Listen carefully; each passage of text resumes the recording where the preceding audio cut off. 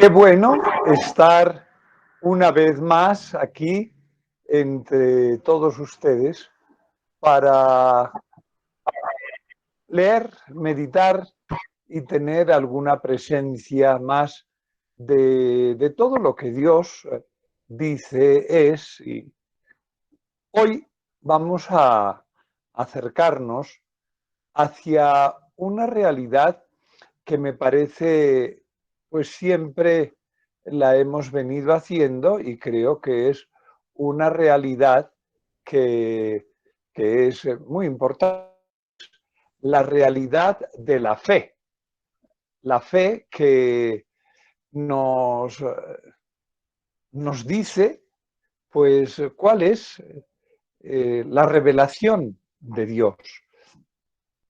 Y la formulación de la misma tiene un modo absolutamente transparente para todos nosotros y es en la formulación del credo.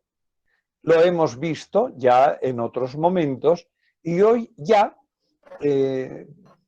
ponemos manos a la obra y sin más prolegómenos comenzamos a hablar de cuál es el contenido del credo. Repetir una vez más de cuáles son los lugares de encuentro. Y tenemos el credo niceno-constantinopolitano, acuérdense, es el credo de Nicea, que después es apostillado en la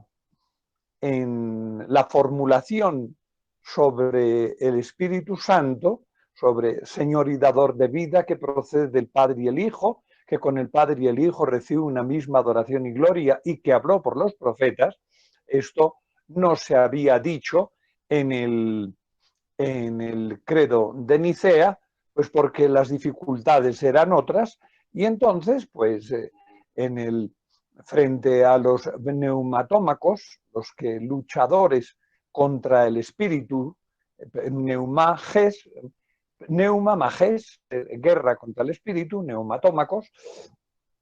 Entonces se añade y se pone esto en el credo en Constantinopla, y esto va a dar lugar con aquellos celos y recelos, porque más bien son cosas de celos y no son cosas de fe, porque la fe en la Iglesia oriental es una fe absolutamente ortodoxa, como ellos bien dicen, pero la fe de Roma es una fe también ortodoxa, aunque el nombre de ortodoxo desde ese momento toma todas aquellas dificultades tan graves que acabarán en el siglo XI, con Cerulario, acaba cuando Silva Cándida pone la condena y todo aquello que ya hemos visto tantas veces, pero siempre es importante decir, pero el credo niceno-constantinopolitano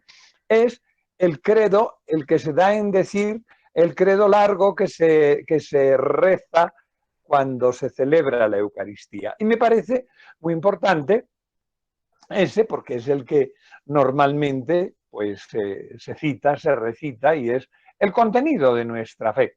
Hay otra formulación que es muy pedagógicamente muy interesante, que es el credo de los 12 apóstoles, que tiene una pequeña leyendita que dice que los apóstoles, cuando se iban a dispersar por la persecución de Jerusalén, de la cual hablaba la lectura primera de la Eucaristía en estos días, cada uno de los apóstoles dice un contenido de la fe y entonces por eso se le llama, y tiene 12 artículos que dicen ser los artículos que había dicho uno por uno cada uno de los 12 apóstoles. Es una bella leyenda memotécnica, pero es simpático el decirlo y es el credo que tantas y tantas veces se comenta. E insisto, memotécnicamente me parece es práctico el dividir la fe en 12 artículos, articularla desde 12 procedimientos, desde 12 momentos. Por eso se llaman artículos del credo. Pero el que vamos a leer, y no es por leerlo, sino pues porque lo comentaremos, pero creo que es ponerlo en manos de la comunidad para que pueda tener pues esta maravilla que es el Catecismo de la Iglesia Católica. Hay una versión que es completa y otra versión que es la versión comentada y abreviada, pero bueno, no quiero, sencillamente tengo la versión digamos, larga, pero el alargar la versión es porque es muy interesante el que lo que hace la versión es añadir pues tantas y tantas citas de la Sagrada Escritura, sobre todo, para tener pues la fuente de dónde se dice. Esto es muy interesante porque a veces dicen, venga, ¿y esto de dónde o por qué está aquí? Bueno, y entonces se trae una y otra vez el acompañamiento de las citas pertinentes, las cuales yo en este momento no voy a hacer, pero sí me voy a servir de él. Ya me había servido, pero creo que ahora ya voy a hacerlo de una manera así muy pertinente, porque es que el esquema general que se propone es un esquema tan enriquecedor, me parece que es tan bello el decir, porque si no hubiese sido por pues queda como un comentario como el que pueda hacerlo yo, lo cual, pues hombre, pues uno puede tener el derecho y casi que la obligación de hacerlo, pero me parece tan importantísimo que sea su santidad Juan Pablo II el que, el que lo haga y el que lo ponga. Me parece que es importantísimo, lo promulga mediante una carta apostólica, lo cual pues es decir, hombre, es que comentar el credo es muy importante, porque es conocer la fe. Es lo que vamos a hacer a continuación, que es seguir el comentario. Habíamos hecho un comentario ya, esta es la tercera reunión, que versa sobre los contenidos del credo, y habíamos hecho, que es lo que hace su santidad, pues en el prólogo dice la vida del hombre, conocer y amar, transmitir la fe, tan importante, transmitir la fe es la catequesis. Entonces, este texto es cuando nosotros explicamos catequesis, y para hacer catequesis hacemos tantas cosas que bendito sea Dios, todas son necesarias, no hay que tener desdoro por hacer, y entonces benditas sean las manos y el entendimiento de las personas que se dedican a la catequesis, porque tienen que hacer, ahora ya no hay carteleras, pero antes se hacían carteleras, ahora se hacen pues pantallazos en la red, y se aprenden cantos y se hacen actividades, no al aire libre, pero se hacen tantas cosas, y eso, muy amada comunidad, es la catequesis en la cual se propone la fe y se hace que se aprenda la fe mediante la predicación. Dice San Pablo que la fe entra por el oído, fidex ex auditu, o sea que, tenemos que escucharlo, así tengamos audífono, pero tenemos que escuchar, y mediante la explicación de la persona catequista, pues se va adquiriendo el contenido de la fe, que es tan hermoso. Se tiene que transmitir la fe, dirá Pablo. ¿Cómo van a creer si no les han predicado? Entonces, cuando le pregunta que ¿y habéis sido bautizados en el Espíritu Santo? Ni siquiera audivimus, no, ni siquiera hemos oído hablar de eso. O el otro día cuando escuchábamos el, el texto del eunuco de Candaces que dice, ¿y cómo voy a entender? Estaba leyendo a Isaías, y ¿cómo voy a entender? Dice de sí o de otro, pero si no me explican. Amados hermanos, tenemos que explicar la fe y eso es la catequesis. No tengo yo el título de catequista, sino simplemente un repetidor. Pero me parece que tener esa acción de catequesis tenemos que comunicar la fe, comunicar la fe. Y ahora, por eso, al final de cuentas, leeremos en un momento la Shema, Shema Israel, escucha Israel, y eso es lo que tenemos que aprender. Lo que tenemos que aprender, la Shema. El otro día también veíamos la película de Ben-Hur y lo decía, cuando Ben-Hur vuelve de su condena a galeras, entra en su casa, que estaba en ruinas, y en la jamba de la puerta estaba allí el rollo con la Shema. Era el judío cuando entraba o salía, tocaba el rollo donde ponía, escucha Israel. ¿Y qué es lo que decía? El Señor es solamente uno, amarás al Señor tu Dios con todo tu corazón, con toda tu alma y con todo tu ser. Este es que luego lo recitará Jesús. Entonces, esa es la catequesis. Bien.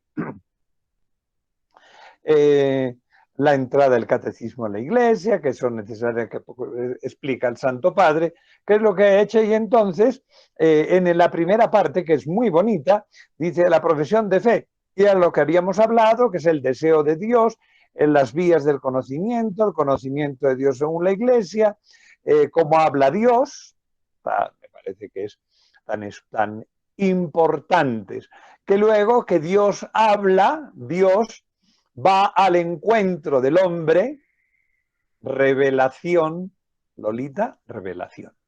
Es tan hermoso acordarse de la buena gente. Entonces, es revelación que Dios se nos revela. Y esa es, Dios sale al encuentro del hombre, etapas de la revelación, el Antiguo, el Nuevo Testamento, la revelación en el cielo proclama la obra de Dios, que dirá el Salmo 18, que Dios nos está siempre hablando, es el resumen, y bien, esa revelación llega en el Nuevo Testamento, que mediante la tradición se queda en la Sagrada Escritura. La Sagrada Escritura es la palabra inspirada, Lolita, revelación, Dios nos habla. Inspiración nos habla por los hombres. La primera revelación es importantísima y eso hay algunos vídeos por ahí. El YouTube suele ser siempre complicadito, pero hay cosas muy buenas. Había por ahí un padre dominico que hablaba de qué era la revelación. Y claro, ¿qué es la revelación? Que Dios nos habla, y el cielo proclama la obra de Dios y el firmamento anuncia la obra de sus manos. Repito, Salmo 18, y siempre Dios se revela en tantas cosas.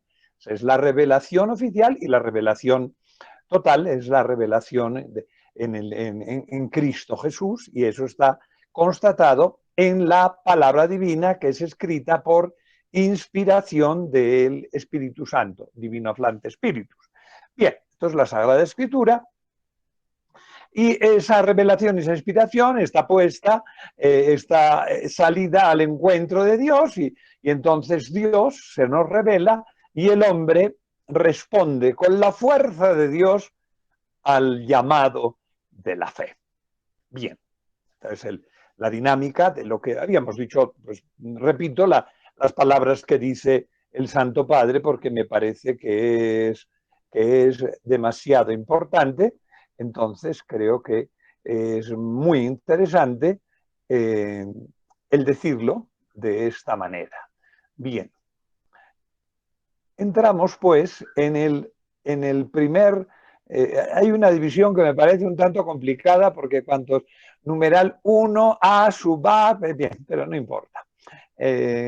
Cuando ustedes lo lean, no se enreden y cójanlo, pues primera sección, segunda sección, y entonces en la primera sección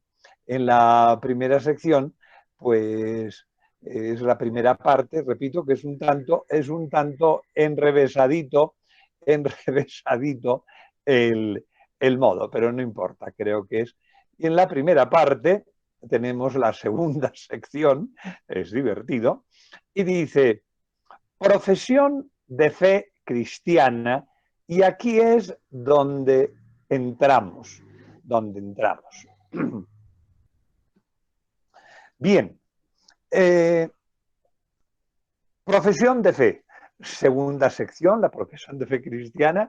Insisto, cuando tengan que hacer la lectura, es muy facilito entrar en internet y por eso en Vaticano Va está toda la, toda la manera de exponer la fe de parte del Vaticano y o sea, la Santa Sede es una publicación que es para quitarse la boina porque es tan hermoso, pero el modo de exponer como es el catecismo de la Iglesia Católica, a veces tengo la sensación que es un organigrama, muy organigrama. Entonces hay que tener una cabeza ingenieril para entender A sub A, B, 2, bien.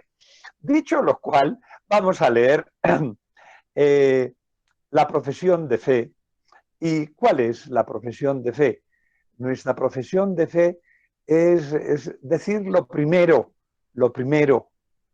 y comenzamos por Dios. Me parece importante porque a veces tenemos la tentación o la dificultad de que cuando se hace cuando estamos hablando sobre la vida cristiana, pues hacemos un mélange, que dicen los franceses, a ver, ¿cómo diríamos? Un sancocho, un revuelto creo que sería más así, ¿sí?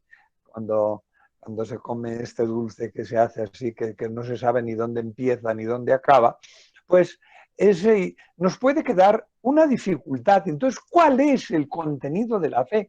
¿Y qué es lo importante para ser cristiano? Pues lo primero y lo segundo después. Y aquí dice tan bonito, en algún momento lo veía claro, pues usted lo que tiene que hacer es creer en Dios y después de Dios, si cree usted en Dios, está siendo coherente, hará caso a las indicaciones de la Santa Madre Iglesia porque cree en Dios. Y si no cree en las indicaciones de la Santa Madre Iglesia, al final le importará muy poco Dios. Eso es muy grave, ¿sí? Dice un dicho latino, bonum ex quocunque, bonus ex integra pars, malum desde cualquier defecto. El bien es la integridad y el mal es cualquier defecto.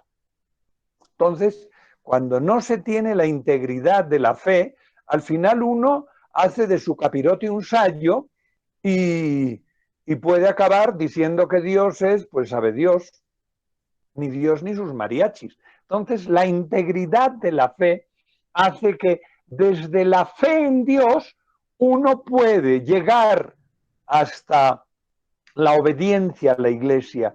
Desde la desobediencia a la Iglesia uno puede llegar hasta la negación de Dios. Eso es muy importante. Bonum ex integra causa, malum ex quocunque defectum. Así decían los latinos, que el bien es el creer en la integridad y el mal es cualquier defecto. Si usted tiene un carrito y está entero, funciona. Pero quítele no más que una rueda, una no más, de las 4 que tiene, no le quite más que una. Adiós carro. Pasa ahí lo mismo. O una bujía, cualquier tontería, no hace falta que le quite usted las 4 ruedas, quítele una bujía o cualquier tontería. Y entonces no funciona el carro. Pero dice, pero si está casi entero, casi es nada. Entonces la fe sucede lo mismo. Si no tenemos la fe íntegra, no tenemos carro, no tenemos fe. Esto es muy importante. Por eso esta proposición y este modo de proponer la fe es tan importante. Repito, de la integridad de la fe llegamos a la aceptación de de comulgar en la mano. Y si a usted no le importa comulgar, o sea, si no le importa obedecer, entonces eche usted para atrás y verá que hasta le sobra a Dios. ¡Uy, qué barbaridad! Sí, como el carrito sin bujía. No le he quitado más que una bujía. Ya no tiene carrito. Tiene un chéchere. Bien, continuemos en esta profesión de la fe, que es tan importante. Por eso, por la integridad de la fe, muy amada comunidad, ha derramado la sangre tantas y tantas almas de Dios en este cuerpo mortal y caduco, y lograron la eterna gloria por defender la fe, por defender la fe. ¿Y cuál era la fe? La negación concreta. Y salían a defender. El otro día que estábamos hablando de los niños, y yo pensaba tanto en nuestros mártires de estos últimos tiempos aciagos de guerra, y esas muertes de nuestro señor obispo y de tantos sacerdotes, el sacerdote que moría en Armero, ay, el padre Marianito, cuántas personas, la madre de cuántas personas, sí, se me vienen todos los nombres, pero tenemos que hablar del credo. Sigamos, bien. Entonces, hacemos la profesión de fe, que comienza porque es Dios, es Dios, es Dios.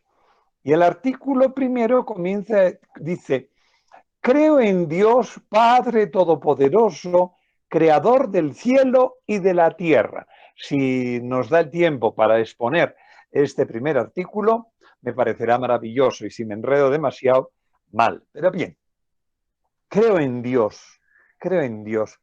¿Y qué es Dios? Es tan hermoso el entender cómo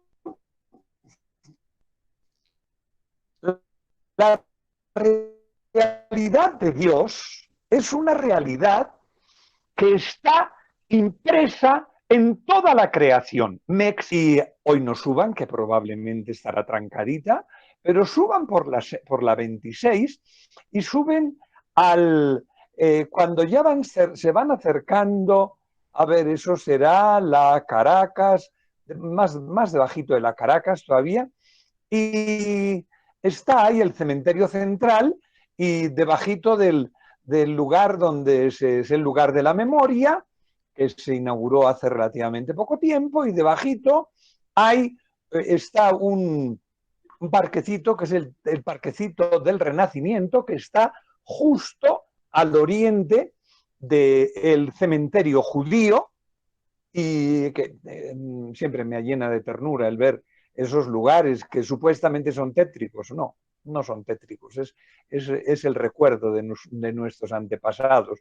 Los personajes más célebres en la parte superior del cementerio, que es un verdadero monumento, y más abajo en esos nichos repintados, y hoy uno en ruinas, y más abajo el cementerio de los judíos. Ahí hay una estatua grandota, un bronce de un caballo grande con un jinete gordo, espléndido, y uno dice, ¡Botero! Sí. En cada una de las obras de Botero está el alma de Botero. Entonces se reconoce, quien la ve dice, ¡uy! Esta es las obras del señor, que creo que está cumpliendo 90 años en estos días, el señor Botero. Entonces, no hace falta ser paisa para decir, oiga, ¿ve usted? Botero. Y digo paisa porque está allá cerca de la Candelaria, todos los paisas son de esa zona. Y junto a la iglesia de la Candelaria y el Parque Berrío, hay todas esas... Y, oiga, es de Botero. ¡Claro! Es de Botero. Somos de Dios. Todos somos de Dios. Y llevamos la impronta de Dios. Y ahí se ve, el cielo proclama la gloria de Dios y el firmamento anuncia la obra de sus manos. Seguiremos. Entonces, vemos que es Dios. ¿Y qué es Dios? eso. ¿Y dónde se le ve? Ahí, en todas las partes.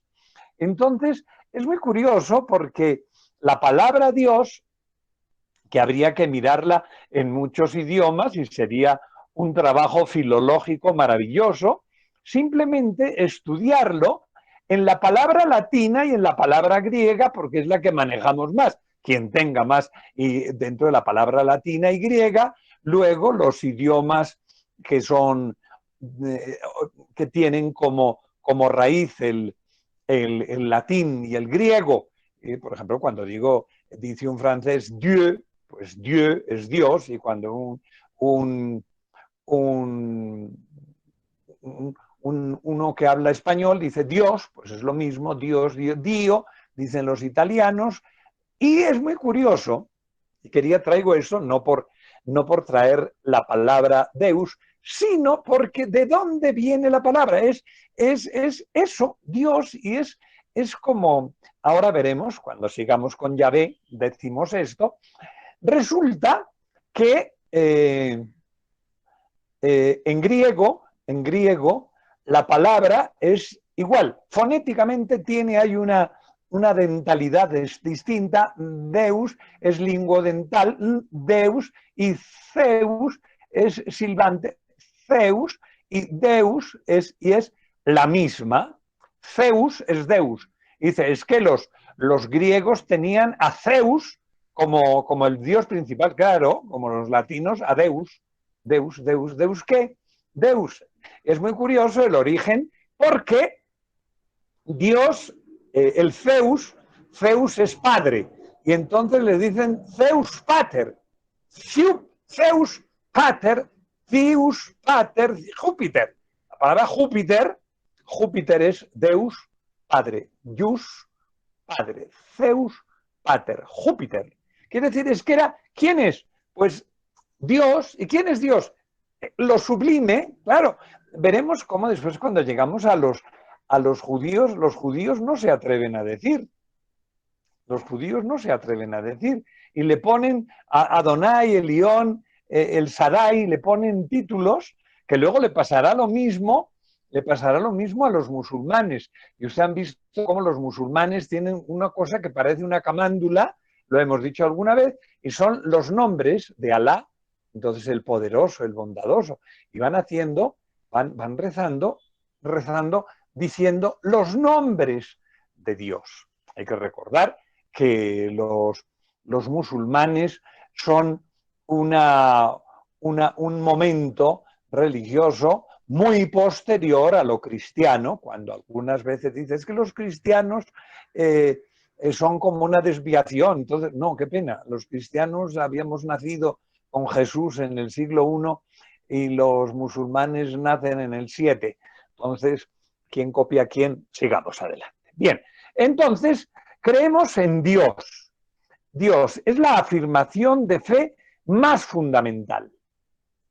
Cuando decimos que es la opción, y dice así el catecismo, dice, es la afirmación, es la profesión de fe la más fundamental.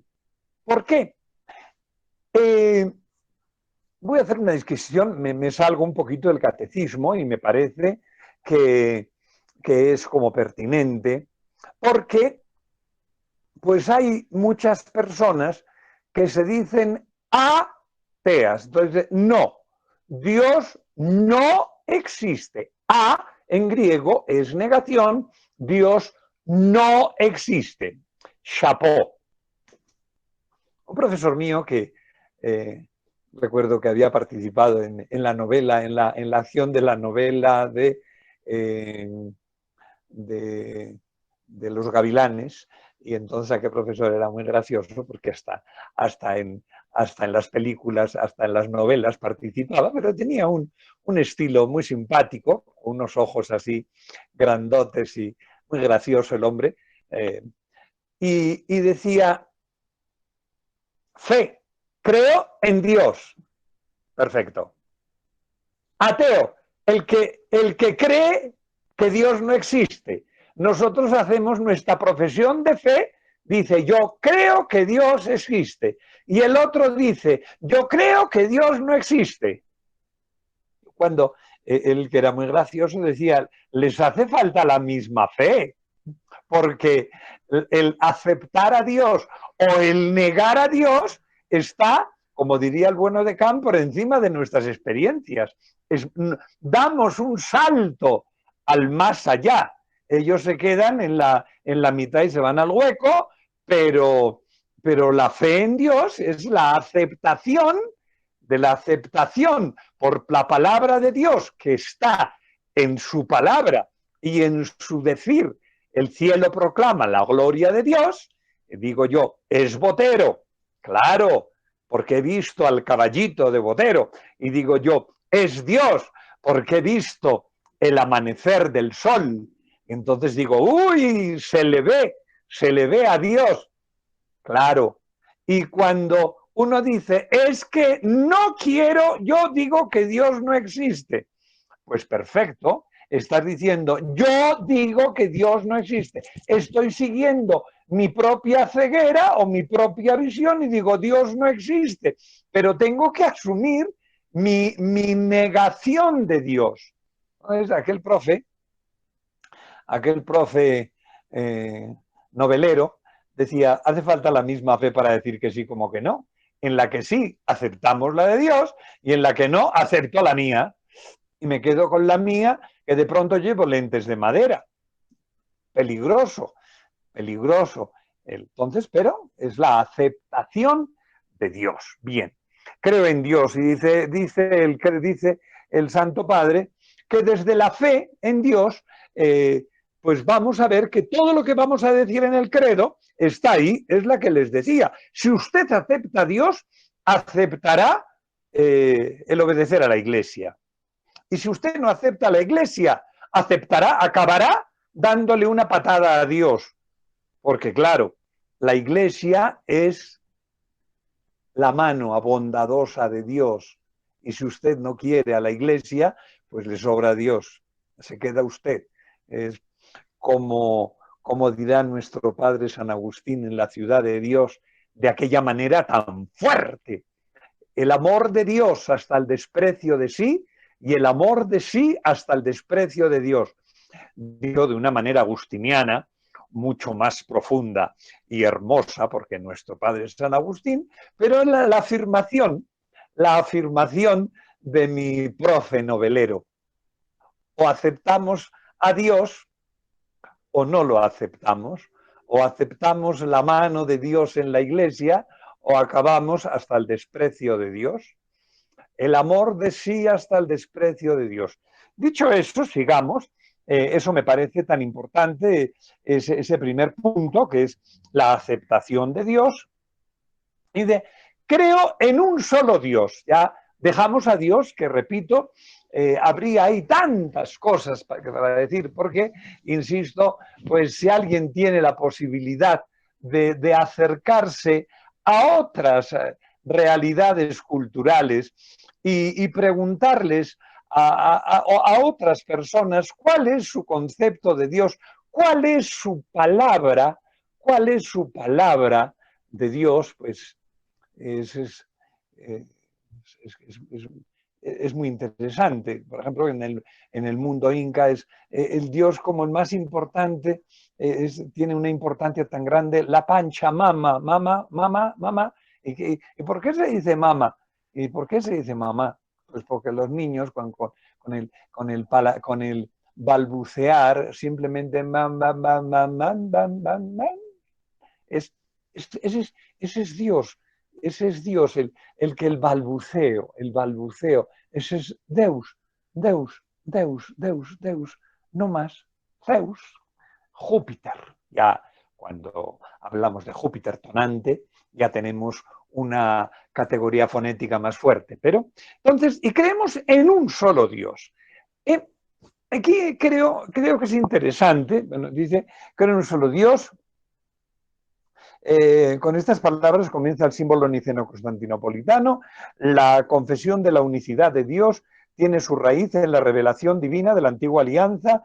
Es impensable la confesión de la existencia de Dios y asimismo también Dios es único, no hay más que un solo Dios. La fe cristiana cree y confiesa que hay un solo. Hablamos de uno. ¿Qué es la unidad? Es lo que está indiviso en sí y separado de lo demás. Indivisum in si et indiviso a valio, dicen los autores latinos. ¿Qué es la unidad? Lo que es en sí, es en sí. Y con esta, al hablar de la unidad, siempre recuerdo de que un profesor tan querido, el doctor Canals, cuando hablaba de esas cosas, hablaba de la unidad. Y claro, decía, la experiencia de la unidad, pues es que todo se resuelve en la unidad. Y las cosas son unas. Piensen ustedes en cualquier realidad y verán que la realidad siempre es una. Miren ustedes la pantalla en la que están en este momento mi hermoso tapiz pentecostal, mi buen Papa Juan Pablo, por allí mi amado San Charbel, con el cual oramos por ciertas personas. Ahí está el amado Charbel, vamos a verle por allí, ahí está Charbel. Pues él, pero miren ustedes en esta pantalla tan pequeña, es una pantalla, sí, claro. Hagan ustedes la experiencia de ver una esquina de la pantalla. Una. ¿Cuál? Ya han mirado ustedes, ¿cierto? Pero no están mirando a la pantalla. Han tenido que mirar a una esquina, porque yo le he dicho, y cuando mira la esquina de la pantalla, ¿a qué esquina están mirando? Oiga, todo se resuelve en la unidad, diría aquel doctor. Me parece que nos podemos salir un poquito del tema, pero es muy importante, se resuelve en la unidad, porque cada cual somos uno. Mírenme ustedes a mi avejentada cara y mírenme a un ojo, ¿a cuál? Y entonces diga, oiga, pero a una de las orejas, esta está más salida porque llevo el audífono, ¿a cuál? Una. Oiga, pero ¿no estamos viendo una pantalla? Dios es uno. Y esa es la gran maravilla de Dios, que cuando se habla de Dios se habla de la absoluta unidad. E igual que podemos entender que la pantalla es una, que la esquina es suya, que los ojos son, cada uno es uno, y que se resuelve en la unidad cuando hablamos de Dios, y eso tiene de ahí para allá tantas maravillas, porque no estamos hablando de Dios Zeus, no, le estamos poniendo ese Dios. ¿Y cuál es? ¿Cuál es? Me estoy acordando de San Anselmo, pero lo veremos. Sí, o sea, es que ese es Dios. ¿Y qué es Dios? Dios es eso. Dios es la unidad, uno. Y vaya viendo. Y ese es el amor, veremos después. El amor es uno y se ama a uno. Como uno, se ama a un pueblo, a una persona. Es la unidad. A una familia, es la unidad. ¿Y Dios qué hablamos? Veremos ahí que luego vamos a entrar en la Trinidad, que es el grande misterio, porque es la unidad en la Trinidad. Nuestro padre San Agustín copiándole a San Juan. Entonces, creemos en Dios que es uno.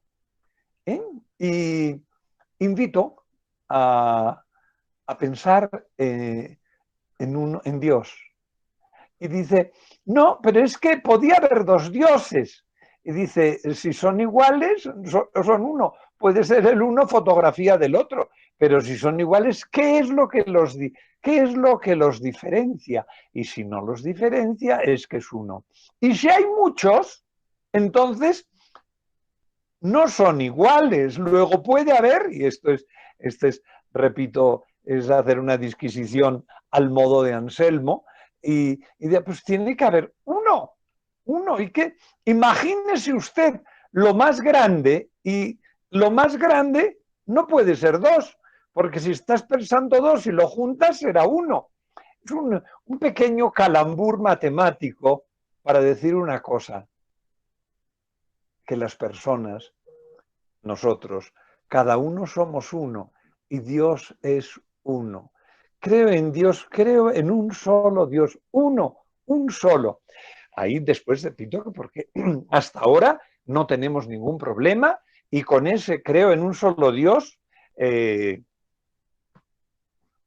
estará de acuerdo el mundo musulmán, que es absolutamente unitario, el mundo judío, que es absolutamente unitario, y con eso tendremos las tres religiones del libro, como se da en decir, estamos de acuerdo en que Dios es uno, hay un solo Dios. Es importante. Con respecto a la multiplicidad de dioses,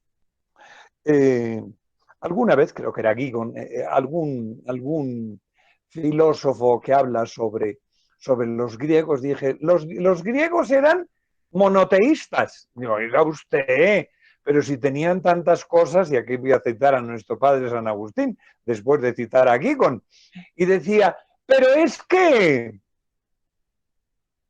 los griegos tenían un solo Dios, como tenían una sola entidad política, decía, la monarquía, que era el modo político, que es un solo rey, eran monarcas, monoarjes, el monarca es el que manda solo, monos, uno, y dice, entonces, como había uno que manda, pues en el cielo también manda uno solo. Entonces eran monárquicos, porque solo había un principio de poder. Es muy curioso, porque hasta en el más democrático lugar son monárquicos. Sí, ¿cómo así? Sí, es la voluntad, y es muy curioso, de cuál es la voluntad en este mundo democrático, del pueblo, una voluntad, se unifica, hay una sola voluntad, la voluntad del pueblo, es muy curioso, es monárquico, es monoargés, es el principio de la unidad, es el principio de la unidad. Y cuando hay diversidad de opiniones, se resuelven de modos diferentes para conseguir una unidad de criterio, una unidad de acción, y acaban siendo monárquicos. ¿Cómo así? Sí, porque el que más votos tiene es manda. Oiga, pero no quedamos en que no eran monárquicos, sino que eran democráticos. Sí, sí. En el modo da igual, pero el final, cojan las leyes son unas, digo yo esto, y se concilia, aun habiendo dos, aun habiendo el Senado y la Cámara, y hay una sola ley. Dios es uno, la unidad de Dios, y no se puede afirmar que hay dos dioses, porque si son iguales, que es lo que pasa con el Espíritu Santo en el concilio de Nicea, por eso el concilio de Constantinopla añade la diferencia para que no hubiese problema de identificación del Hijo con el Espíritu Santo. Entonces es un solo Dios. Dios es uno. ¿Y cómo resolvemos? Creo que eso, pues decirlo así, resulta pues hermoso. Tenemos un Dios, y ojo, que es trino. Y no se puede decir que se manifiesta de tres personas porque eso es modalista. ¿Sí? Es modalista. Entonces es muy curioso, o patripasiano. Entonces son dos palabrejas para que consten ahí. Pero es así, es decir, no, son tres personas de una sola naturaleza. Eso es lo que la fe y la teología va diciendo por ese misterio que lo revela San Juan y lo explica San Agustín. Dios es uno. Y entonces, ¿qué pasa pues con tanta montonera de dioses que hay en los mundos, sobre todo los que conocemos más, pero en todos igual, pero como solemos ser por nuestra ignorancia, no conocemos mucho, pero bueno, somos un poquito menos ignorantes del mundo griego y del mundo romano, hablamos de lo que conocemos un poquito. Y entonces, el mundo griego y el mundo romano, pues tenía, repito, un dios, Zeus, Júpiter, el mismo. Dicho en griego como en latín, Júpiter y Zeus es el mismo dios, que es como decimos en francés, Dieu o Dios o Dio, da igual, es Dios, es uno, dicho en distintos idiomas, pero es Dios, el Dios. Y entonces, ¿qué pasa con toda esa pléyade de diosecillos? Y decía nuestro padre San Agustín, para justificar las pasiones y para hacer que cada una de las pasiones tenga virtualidad, los romanos, y es el mundo griego y romano, ponían un dios para cada pasión.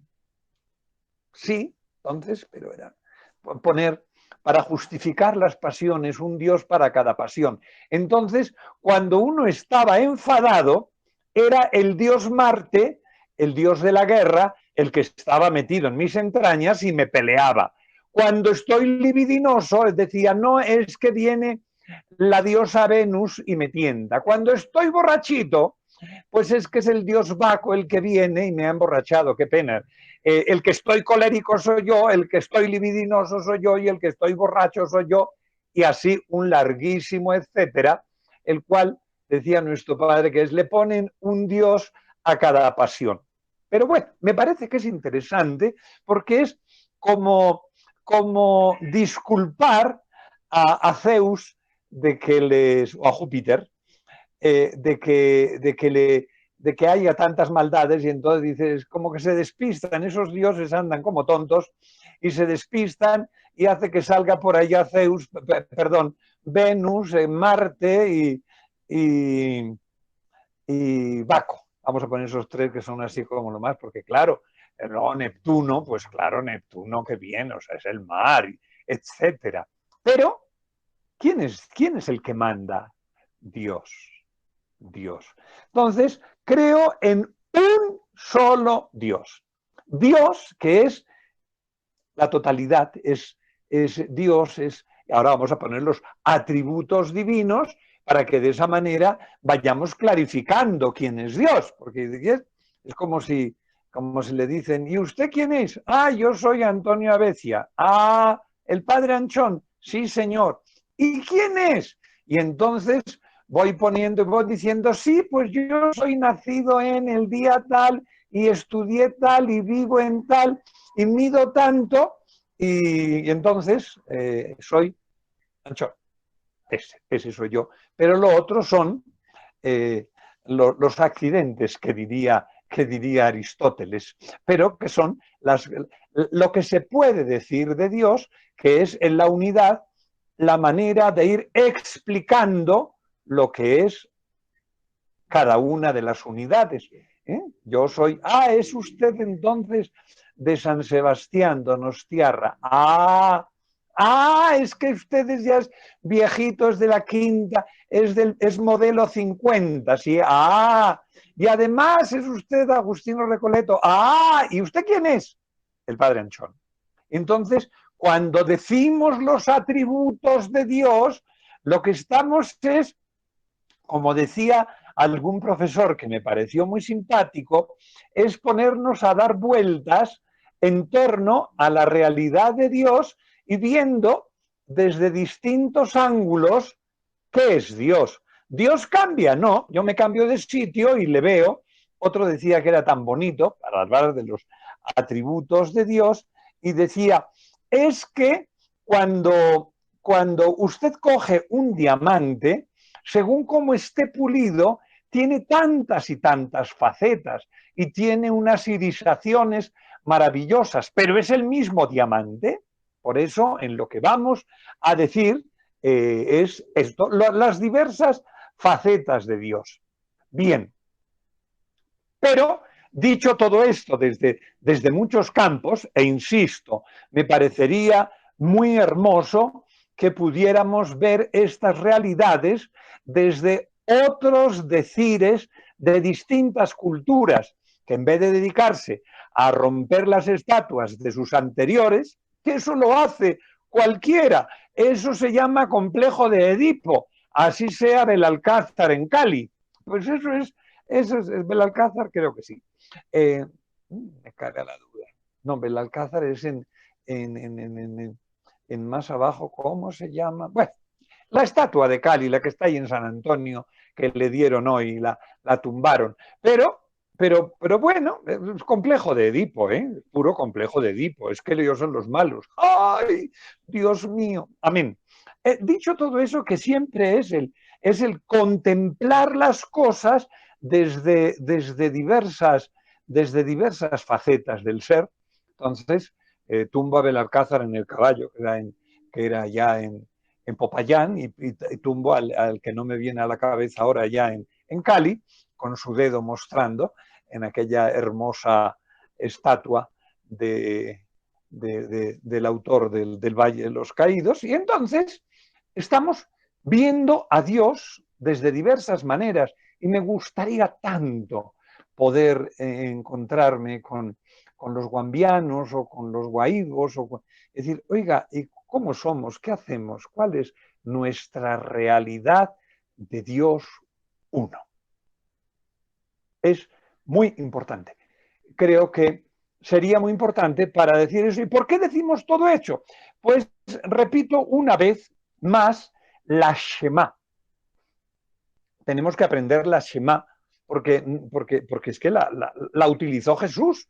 O sea, no es que decir, es que los judíos la dicen, claro, pero como Jesús era judío la dijo, y como nosotros somos cristianos, como le llamaban, como nos llamaron, pues hablamos de la Shema, porque la Shema es hermosa palabra dicha por Jesús cuando le dicen cuál es el primer mandamiento.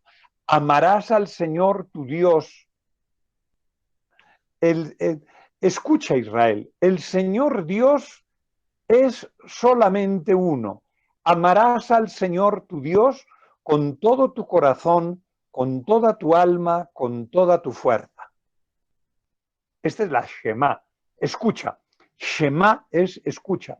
Escucha, Israel. Shema, Israel. El Señor es uno. Es que es bonito porque, es decirle, a ver, claro, ¿por qué dicen la Shema? ¿Por qué está puesta la Shema? Hombre, porque en torno al Señor Yahvé, ya hemos dicho su nombre, nos hemos salido, esto venía más adelantecito, pero cuando dice Shema Israel, es decirle, a ver, por favor, Israel, que no es Astarte, que no es Baal, que no es Thor, que no es Isis o Osiris o Ra, que no es. Escucha, Israel, el Señor es solamente uno. Entonces, ¿por qué me parece buenísimo el caer ahí? Hombre, pues está clarísimo. Escucha, Anchón, que el Señor es Dios, es solamente uno. ¿Cuáles son los diosecillos que dan vueltas en torno a tus lentes? Pues esos no son Dios, como dirá nuestro padre San Agustín. Entonces, es Dios que es uno. Shema Israel, el Señor Dios es solamente uno. Los políticos, la reforma, tampoco. El poder, tampoco. La presa de Utango, tampoco. La corrupción, tampoco. Tampoco. No. ¿Qué estás diciendo? Sí, que lo único importante es Dios y que si te falta Dios, te va a faltar todo. Y si tienes a Dios, lo tendrás todo. Shema Israel. Entonces, la meditación en que Dios, que es lo más maravilloso, Anselmo de Canterbury, Dios es lo más grande, es uno, no hay dos. No entro en la discusión del monje Gaunilón porque nos iba a romper el esquema, pero me parece que es válido. Entonces escucha, Israel, el Señor es solamente uno. Lo demás son espejismos. El dios de la borrachera es estar borracho y el dios de la libidinosidad es la libidinosidad de usted y el dios de la cólera es usted que se salió colérico. El Señor Dios es solamente uno. Me parece que pues hasta aquí llegaría porque es que no me da para más, pero creo que es muy, muy bonito porque porque el siguiente tema que toma y que no lo digo es Dios revela su nombre. Esto me parece que es tan hermoso, y lo digo en media palabrita, porque es que si no, el Señor dice, yo soy Yahvé, yo soy Yahvé. ¿Y quién eres? Y dice, yo soy el que soy.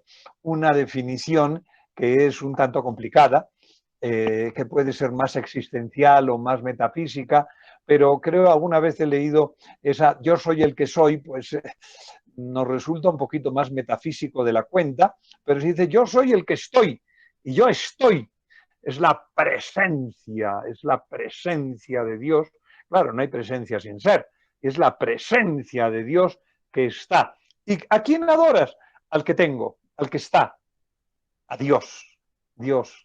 Y claro, cuando tenemos la dicha de tener fe y tenemos la dicha de poder cerrar los ojos y contemplar la trascendencia de Dios, decimos, ah, y además me sé hasta su nombre, Yahvé, Jesús, Kyrios, Adonai. Ojalá que este acercarnos al Dios, que es que le dice su nombre. Hay una manera de ser que es tan clásica y que se utiliza en algunos momentos en nuestra querida Bogotá, que es en Colombia también, en general, y dice, ¿cuál es su gracia? ¡Wow! Entonces dice, Anchón, ¿cuál es si le preguntáramos a Dios, cuál es su gracia? Yahvé. Y claro, cuando uno ya sabe el nombre, sabe algo. Qué cosa tan curiosa. Entonces, que tengamos el conocimiento de cuál es su gracia, Yahvé, porque nos lo ha dicho. Ha dicho mi nombre y ha dicho su nombre. Entonces, es el Dios único, el Dios que nos comunica y el Dios que es, creo en Dios Padre, creo en un solo Dios, creo en un solo Dios. Ah, Yahvé. Gloria al Padre y al Hijo y al Espíritu Santo, como era en el principio, ahora y siempre, y por los siglos de los siglos. Amén. No más, y eso tenemos credo para rato. Muy buenas tardes. Un abrazo para todos. Chao.